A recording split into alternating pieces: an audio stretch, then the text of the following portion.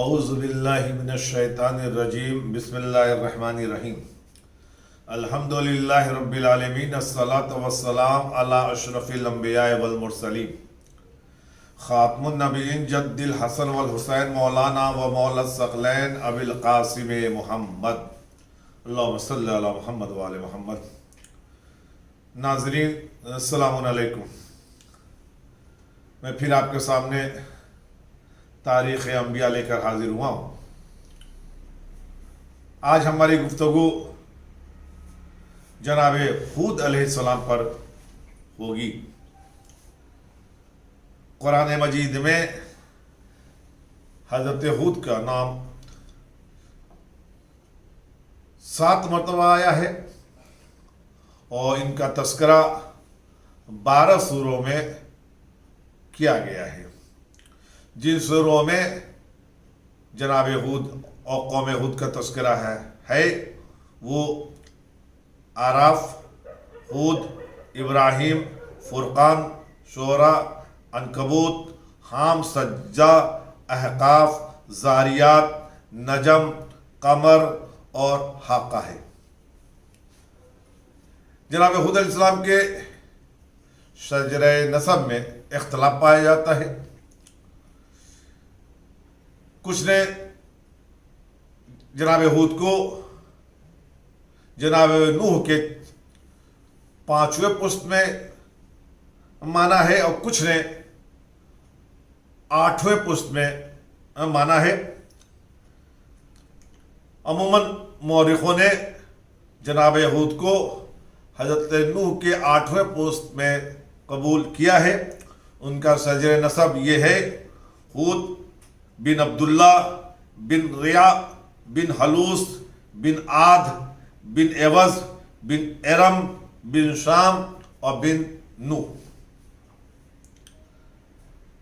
آپ کی عمر جب 40 سال کی ہوئی تو خدا نے آپ کو قوم عاد پر مبعوث کیا۔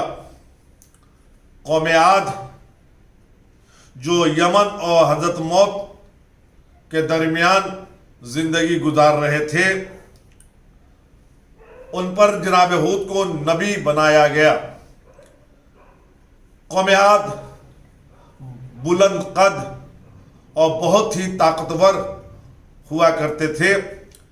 ان کا عموماً فرد بھی 100 گز لمبا ہوا کرتا تھا۔ یہ اتنے طاقت اور وزنی تھے کہ جب پتھروں پہ پیر رکھتے تھے تو زانو تک پیر پتھر میں دھس جایا کرتے تھے۔ انہیں جب مکان بنانا ہوتا تھا تو اپنے قد کے برابر پہاڑ سے پتھر نکال لیا کرتے تھے اور اس سے مکان بناتے تھے اور اس میں زندگی کیا کرتے تھے۔ یہ قوم عاد سام بن نون کی قوم ہے۔ عاد بن آس بن ارم بن سام بن نوح۔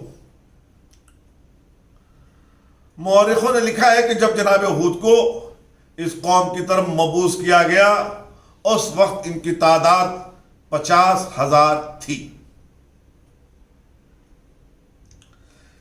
قوم عاد متکبر تھی، بت پرست تھی اور ان کے ہاں شراب عام تھا۔ حضرت ہود نے ان کو منع کیا۔ اس قوم نے حضرت ہود کو اتنا مارا کہ تاریخ بتاتی ہے کہ جناب ہود کے ناک اور کان سے خون نکلنا جاری ہو گیا۔ لوگوں نے ان کو مردہ سمجھا اور انہیں چھوڑ کر چلے گئے تو جناب جبریل آئے اور جناب جبریل نے ان کو شفا بخشی اور انہیں آمادہ کیا کہ پھر آپ تبلیغ کے لیے نکلے۔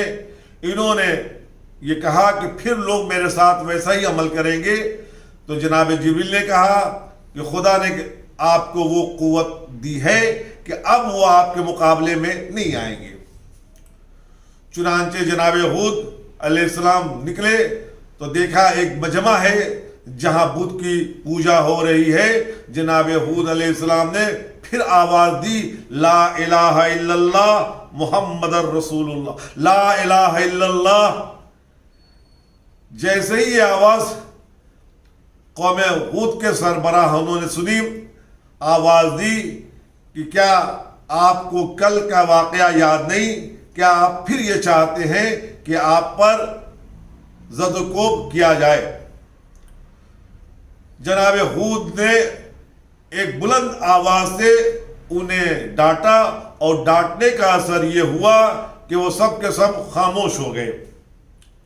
جناب ہود علیہ السلام نے ان کو متوجہ کیا اور کہا، دیکھو تم خدا کی عبادت کرو، جو ایکتا ہے وہی لائق عبادت ہے، اور اگر تم نے ایسا نہیں کیا تو میں خدا سے بد دعا کروں گا اور تم پر بھی اسی طرح کا عذاب نازل ہوگا جیسے کہ حضرت نوح کی قوم پر ہوا۔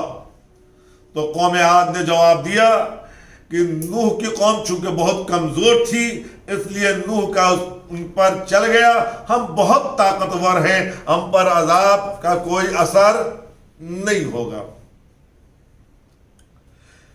جناب ہود علیہ السلام اسی طرح تبلیغ کرتے رہے، یہاں تک کہ 760 سال انہوں نے تبلیغ کی، اور آخر میں اس قوم کو بد دعا دے دی۔ مورخوں نے لکھا ہے کہ اس قوم پر 3 طرح کے عذاب نازل ہوئے۔ سب سے پہلے خدا نے ان پر چونٹیوں کو مسلط کر دیا۔ چونٹیاں ان کے کان اور ناک کے ذریعہ ان کے پھیپڑوں میں داخل ہوئیں اور انہیں کھا ڈالا، اتنا کاٹا کہ یہ سب کے سب مر گئے، اور جو لوگ باقی بچے وہ ان چونٹیوں کے ڈر سے اپنے گھروں سے باہر نکل آئے۔ پھر جناب ہود علیہ السلام نے انہیں دعوت دی لیکن وہ نہ مانے اور ایمان نہ لائے۔ پھر دوسرا عذاب ان پر یہ نازل ہوا کہ ان کا باران ہونا بند ہو گیا، 3 سال یا 7 سال تک بارش نہ ہوئی، لوگ بھوک سے مرنے لگے۔ آخر میں لوگ جناب ہود علیہ السلام کے قریب آئے، توبہ کیا اور یہ کہا کہ آپ اپنے خدا سے کہیے کہ وہ ایک مرتبہ ہمیں موقع دے اور کہ ہم ایمان لے آئے۔ جناب ہود نے اللہ سے دعا کی، پروردگار انہیں ایک مرتبہ مہلت دے دے۔ چنانچہ اللہ نے جناب ہود کی دعا قبول کی اور انہیں مہلت دی، لیکن پھر بھی یہ باز نہیں آئے۔ خدا نے ہود کی دعا کے بعد بارش کیا، سارے میدان سرسبز ہو گئے، لیکن انہیں ایمان نہ لانا تھا اور نہ یہ لے آئے۔ پھر جناب ہود کے قریب آئے، انہوں نے کہا کہ ہم ایمان لے آئیں گے، لیکن ہماری ایک خواہش ہے کہ سامنے جو پتھروں کا پہاڑ ہے آپ دعا کریں اللہ اسے سرسبز کر دے۔ جناب ہود نے کہا یہ ہمارے لیے تو مشکل ہے لیکن ہمارے پروردگار کے لیے یہ کام مشکل نہیں۔ یہ کہنے کے بعد دعا کیا پروردگار اس پہاڑ کو سرسبز کر دے۔ جناب ہود کی دعا بھی تمام نہ ہونے پائی تھی کہ پورا پہاڑ سرسبز ہو گیا، لیکن انہیں نہ ایمان لانا تھا نہ ایمان لے آئے۔ اور ہم نے دیکھا تاریخ میں کئی ایسے مواقع آئے ہیں جہاں لوگوں نے فرمائشیں کی ہیں اور انبیاء نے ان کی فرمائشوں کو پورا کیا ہے، پھر بھی یہ ایمان نہیں لائے۔ جیسے کہ پیغمبر اسلام کے سامنے لوگوں نے آ کے یہی کہا تھا کہ آپ درخت کو حکم دیجئے، وہ اگر آپ کے پاس آ جاتا ہے تو ہم ایمان لے آئیں گے۔ پیغمبر اسلام نے اشارہ کیا تھا، درخت آ گیا، آ کے سلام کیا، پھر کہا واپس چلے جاؤ، درخت واپس چلا گیا۔ اب انہوں نے کہا اچھا آپ ایک کام کریں، آدھے درخت کو بلائے آدھا وہی رہے۔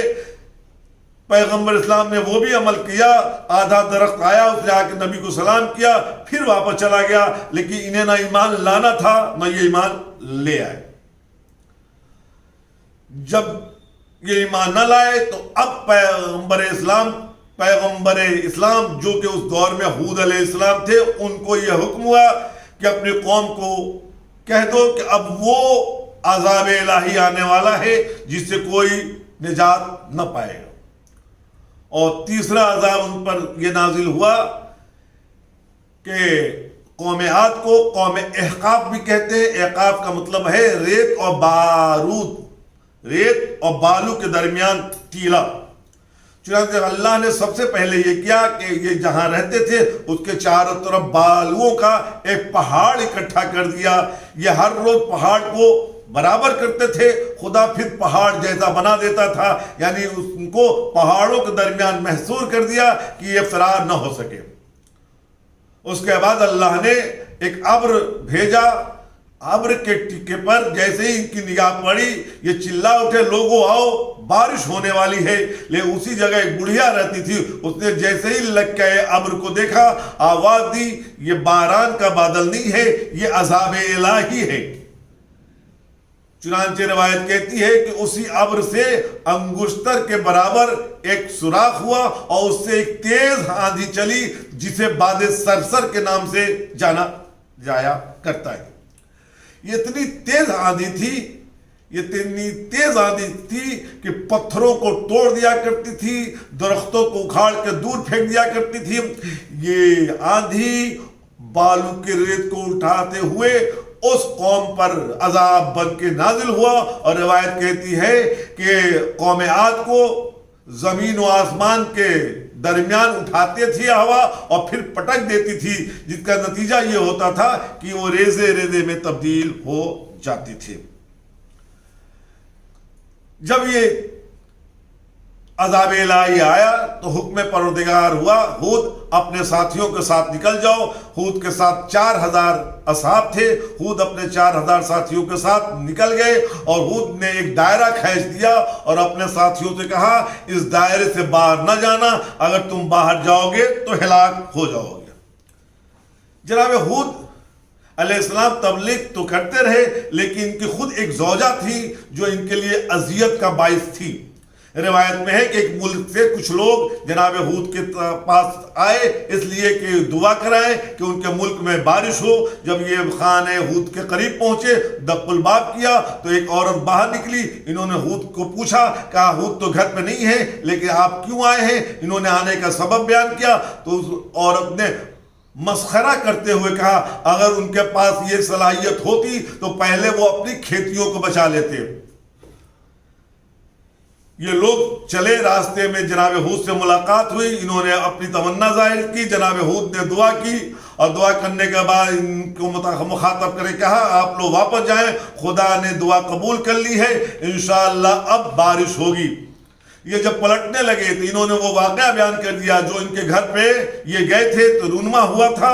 جناب ہود نے کہا وہ میری زوجہ ہے اور اللہ نے ہر مومن کے اوپر ایک ایسے کو مسلط کر دیا ہے، ایک ایسے کو پیدا کر دیا ہے جو اسے اذیت دیتی یا دیتا رہے. وہ میری زوجہ میرے لیے باعث اذیت ہے اور وہ مجھے اذیت دیتی ہے، لیکن اس کے باوجود میں اس کے طول عمر کے لیے دعا کرتا ہوں، عمر طول کے لیے دعا کرتا ہوں. تو ان لوگوں نے پوچھا آپ ان کے لیے عمر کی سفارش کیوں کرتے ہیں؟ کہا میں اس لیے کرتا ہوں کہ میں بھی چاہتا ہوں کہ میری دشمن میرے قبضے میں ہی رہے. عزیزان گرامی، جناب نوح علیہ السلام کے متعلق یہ ملتا ہے کہ آپ نے 760 سال تک تبلیغ کیا، لیکن آپ کس عمر میں اس دنیا سے گئے یہ ہود علیہ السلام کے متعلق نہیں ملتا ہے. جناب ہود علیہ السلام روایت کرتی ہے، جناب ہود علیہ السلام عذاب کے بعد مکے چلے گئے اور مکے میں ہی انہوں نے زندگی گزارنا شروع کیا. آپ کے 2 فرزند تھے، ایک کا نام فالق اور ایک کا نام قحطان تھا. ہود نے وقت مرگ فالق کو اپنا جانشین بنایا اور جناب فالق تبلیغ کرتے رہے یہاں تک کہ انہوں نے شادی کی اور ان سے ارغو کی ولادت ہوئی. جب یہ اس دنیا سے جانے لگے تو انہوں نے ارغو کو اپنا خلیفہ بنایا. ارغو نے بھی تبلیغ رسالت کی، 230 سال تک انہوں نے تبلیغ کی اور جب ان کا وقت وفات آیا تو انہوں نے سارخ کو اپنا جانشین بنایا. سارخ بھی تبلیغ کرتے رہے یہاں تک کہ جب ان کے وقت مرگ قریب آیا تو انہوں نے اپنے بیٹے ناہور کو اپنا جانشین بنایا. ناہور تبلیغ کرتے رہے. اللہ نے ناہور کو 3 فرزند عطا کیے، تارخ، آزر اور حامان. چنانچہ ناہور کی وفات کے بعد تارخ جانشین بنے اور اسی تارخ سے جو فرزند متولد ہوا وہ ابراہیم خلیل کہلایا. تو انشاءاللہ ابراہیم خلیل کی گفتگو میں مفصل گفتگو کی جائے گی. ہود کے دور میں ایک واقعہ اور ہے، میں چاہتا ہوں اسے پورا کر دوں۔ آج کے دو بیٹے تھے، شدید اور شداد۔ ان کی شام میں حکومت تھی۔ شدید کے مرنے کے بعد شداد حکمران کامل بن گیا، اور روایت کہتی ہے شداد کی حکومت ایسی تھی کہ اس سے ماتحت 300 بادشاہ تھے۔ اس سے اندازہ لگا سکتے ہیں کہ اس کی حکومت کتنی وسیع تھی۔ اللہ نے ہود کو حکم دیا کہ جا کے شداد کو راہ راست پہ لانے کی کوشش کرے۔ جناب ہود دربار میں آئے اور شداد کو اسلام قبول کرنے کی دعوت دی، تو شداد نے کہا اگر ہم نے دین قبول کر لیا آپ کا، تو آپ کا خدا ہمیں کیا عطا کرے گا؟ کہا جو چیز تمہاری حکومت ہے اللہ اسی میں اضافہ کرے گا اور روز محشر تمہیں جنت عطا کرے گا۔ کہا آپ کی جنت کیسی ہوگی؟ جناب ہود نے جنت کی تعریف کی۔ مشک و عنبر کی ندیاں ہوں گی، جواہرات کے مکان ہوں گے، جنت کی توضیح کی کہ جنت میں یہ آرام ہوگا۔ تو شداد نے کہا میں ویسی ہی جنت دنیا میں بنوائے لیتا ہوں، آپ کی جنت کی ہمیں ضرورت نہیں ہے۔ تو ایک مرتبہ ہود نے کہا یاد رکھنا جو اللہ کی نافرمانی کرے وہ دنیا میں جنت بنا تو سکتا ہے لیکن جنت میں جا نہیں سکتا۔ تم نے اللہ کی بھی نافرمانی کی اور اللہ کے نبی کی بھی نافرمانی کی اور نبی کے وصی کی بھی نافرمانی کی، تو یاد رکھنا جو نبی اور وصی کی نافرمانی کرتا ہے وہ جنت میں نہیں جا سکتا۔ شداد نے اپنے ماتحتوں کو یہ حکم دیا کہ تمہارے دربار میں، تمہارے خزانے میں جتنے سونے اور چاندی ہیں سب روانہ کیا جائے۔ سب سے پہلا مرحلہ یہ آیا کہ جنت کہاں بنائی جائے، تو شداد نے 100 لوگوں کو اکٹھا کیا اور اپنی حکومت میں بھیجا کہ وہ جا کے اس جگہ کو تلاش کریں جہاں جنت بنائی جا سکے۔ چنانچہ ان لوگوں نے ملک عدن کو تجویز کیا اور کہا یہی وہ بہتر جگہ ہے جہاں جنت بنائی جا سکتی ہے۔ چنانچہ جنت کی ابتدا ہونے لگی۔ روایت میں ہے اور فرمان علی صاحب قرآن مجید میں تحریر فرماتے ہیں کہ 1,00,000 لوگ روز کام کیا کرتے تھے اور اس جنت بننے میں 300 سال کی مدت صرف ہوئی۔ اس میں مشک و عنبر کی ندیاں بہائی گئی، اس کے اندر جو محل تھے وہ سونے اور چاندی کے اینٹوں سے بنائے گئے، یہ جو درخت تھے وہ زمرد کے تھے، ان میں جواہرات ٹاکے گئے، یعنی جنت کا مشابہ رکھتے ہوئے یہاں ایک چھوٹی سی جنت بنائی گئی۔ اور جب شداد کو بتایا گیا تو شداد نے اس جنت کا نام اپنے دادا ارم کے نام پر ارم رکھا۔